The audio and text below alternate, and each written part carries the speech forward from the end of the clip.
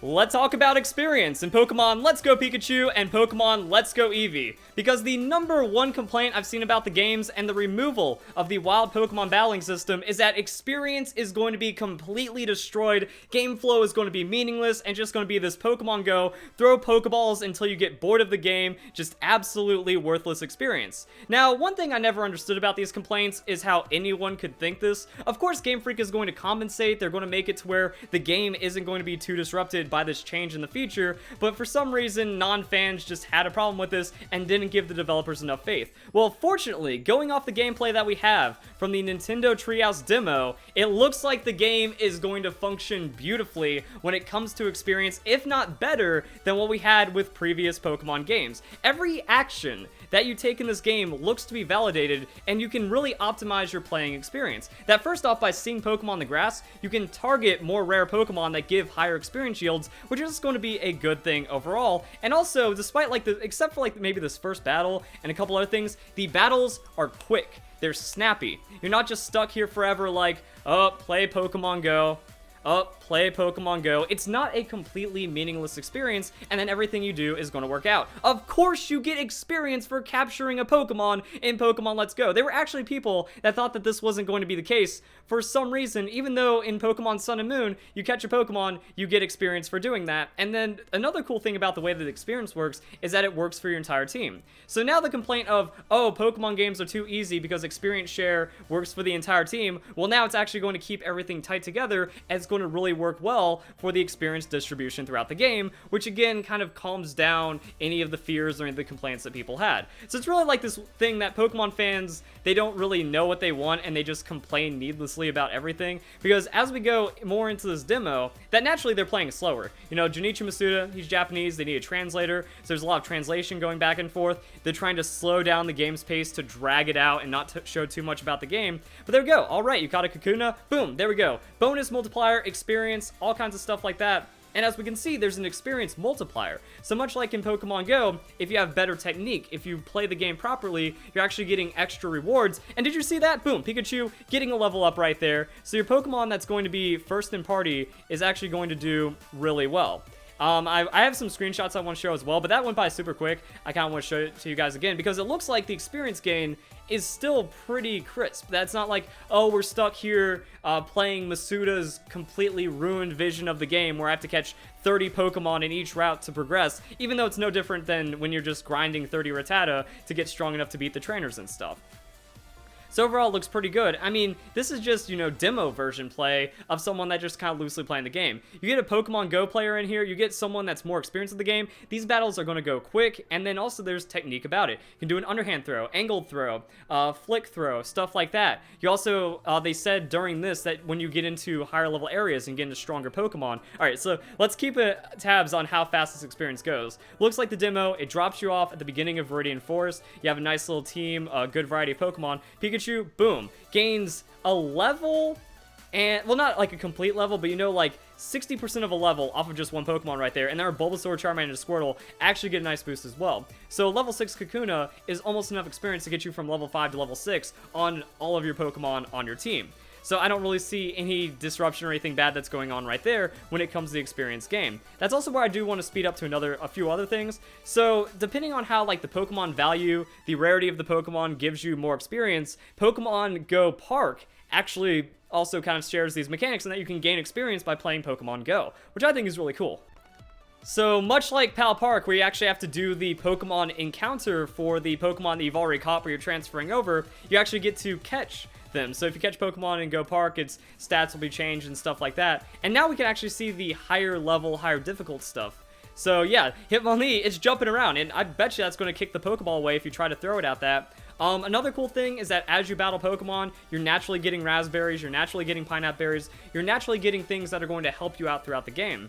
So as we can see right here, it is fairly low CP.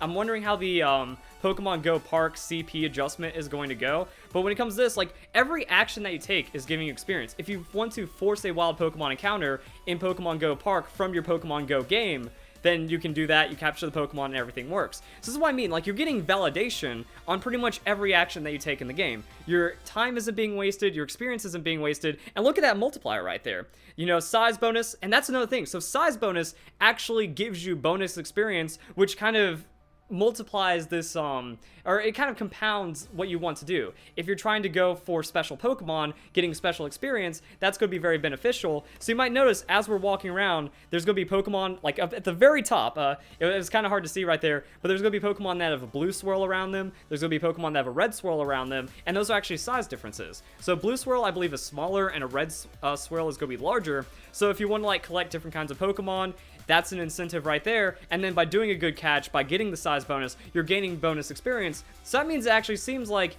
if you're trying to experience grind, it could be faster to experience grind under this. Like, look how fast that Metapod catch was. Nothing was lost right there. So first throw, technique, great capture bonus, all that stuff, huge experience boost right there.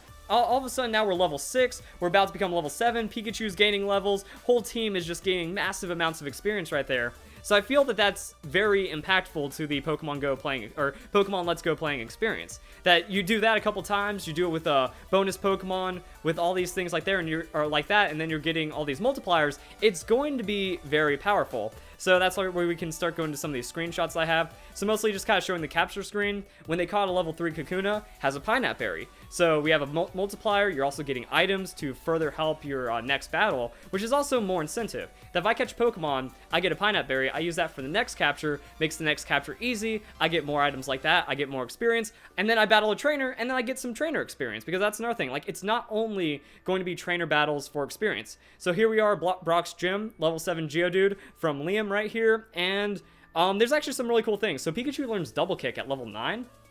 Brock's going to be trivial. Now, some people might have a complaint with that. I feel if this is supposed to be like a game for the family. You know, the idea is with the 2-player mode, if little Timmy, you know, your son, your younger sibling, or someone's having a problem, all you have to do, like, it's this easy. So 2-player in Pokemon Let's Go is this easy. Like, say this is my Nintendo Switch. I just have it in controller mode. I'm now player 2. Like, you press the A button on your Joy-Con, and then you're player 2. So I hop in like that, and it looks like it's just going to be straight in, and that's going to make battles better, but also it looks like you are getting bonus experience. Because one thing you might see right here, you know, Bulbasaur got boosted 52 experience, same with Pikachu. So I feel like, I don't know if this has been, like, completely confirmed, maybe those details will come out, but it looks like when you're in 2-player mode, you actually gain bonus experience in this way. So that could also help speed up your gameplay depending on who you're playing with. I don't know if single player, 2-player is going to be that optimized, or if people are going to be able to do like 1 person, 2 controllers kind of idea, but it could work out pretty well, and that's something to keep an eye on. So again, like, everything is rewarding you in this game, which kind of shows that's really respecting your time. Now, another thing I kind of wanted to bring up, and I'm still not super conclusive on this one yet, is I brought up the experience tables, and we can see medium-slow Pokemon. So those are going to be your starter Pokemon, Bulbasaur, Charmander, Squirtle, Pikachu. They have this medium-slow leveling, and based on the amounts of experience we're watching from this demo, it seems like the leveling table is roughly the same. At first, I thought they, like, squeezed it down a bit, but it doesn't look like that. So it looks like wild Pokemon encounters might be giving you just generating more experience on those multipliers, which means we're actually gaining experience faster. I don't know what this means for the later game, but I mean, by then you're already grinding the Elite Four, you're grinding trainers. So to get your Pokemon to level 100, it seems roughly the same, especially because Pokemon battles are going to happen the same way. So yeah, all the core features of Pokemon are there, including the way that experience is going to be calculated and handled, which is why I don't really understand how people thought that there was going to be something detrimental, that removing wild Pokemon battles is going to kind of hurt the core of Pokemon, especially for game flow, when really it looks like it's improving game flow because of the other features implemented. So yeah, just caught a Kakuna, just got the Metapod right there. See, those are going to be different sized Pokemon for bonus experience if you want to battle a wild trainer, but if you want to battle a trainer. So we have this Pikachu gaining 9 experience points for just slapping down this guy. Party Pokemon gain experience share, and then you go and beat Bugcatcher Rick. So you're getting all kinds of experience. Wild trainers, trainer battles are going to be good. You're gaining money. You're getting all kinds of really good stuff right here, and then you get items. So kind of like so people were also complaining like, oh, if I have to spend all my money on Pokeballs, it looks like beating trainers is rewarding you with items and Pokemon. I wouldn't be surprised that if you catch a special Pokemon, a rare Pokemon, a large or small Pokemon, that you get bonus Pokeballs, you get bonus items and stuff like that. So it looks to make the game, there's not going to be disruption to game flow. You might have to top off some some Pokeballs. You might need to top off some potions and some battle items at a Pokemart. But it seems like they want this to be undisrupted. That the more you're out catching Pokemon, the more you're engaging with the game, the more trainers you're battling, the more you're going to be able to snowball this, and then you're gaining more experience, you're progressing through the game even better. So it looks like all those fears should just go away. Again, I expected Game Freak to have all this like kind of handled to begin with, and then you get to target Pokemon. If you can kind of just go through the experience tables, that more evolved Pokemon, better stat Pokemon are going to reward more experience, then you go and find them. Later on in this demo, there's a Butterfree flying around. Now, they don't encounter the Butterfree, which kind of triggered me, but I mean, you go into that Butterfree, you see all these rare Pokemon, you're gaining bonus experience. They are harder to capture, but that's where instead of having False Swipe and then Thunder Wave and all this other technique for trying to capture Pokemon, you're hunting Pokemon down, and then you're trying to use the right combination of accessible items like the berries that you have, as well as throws, and getting that down.